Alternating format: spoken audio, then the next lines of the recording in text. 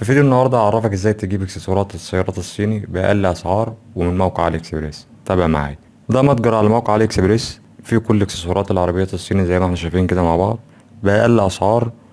والمتجر بيدعم الشحن السريع 12 يوم للسعودية. ودي انواع السيارات اللي هتلاقي اكسسواراتها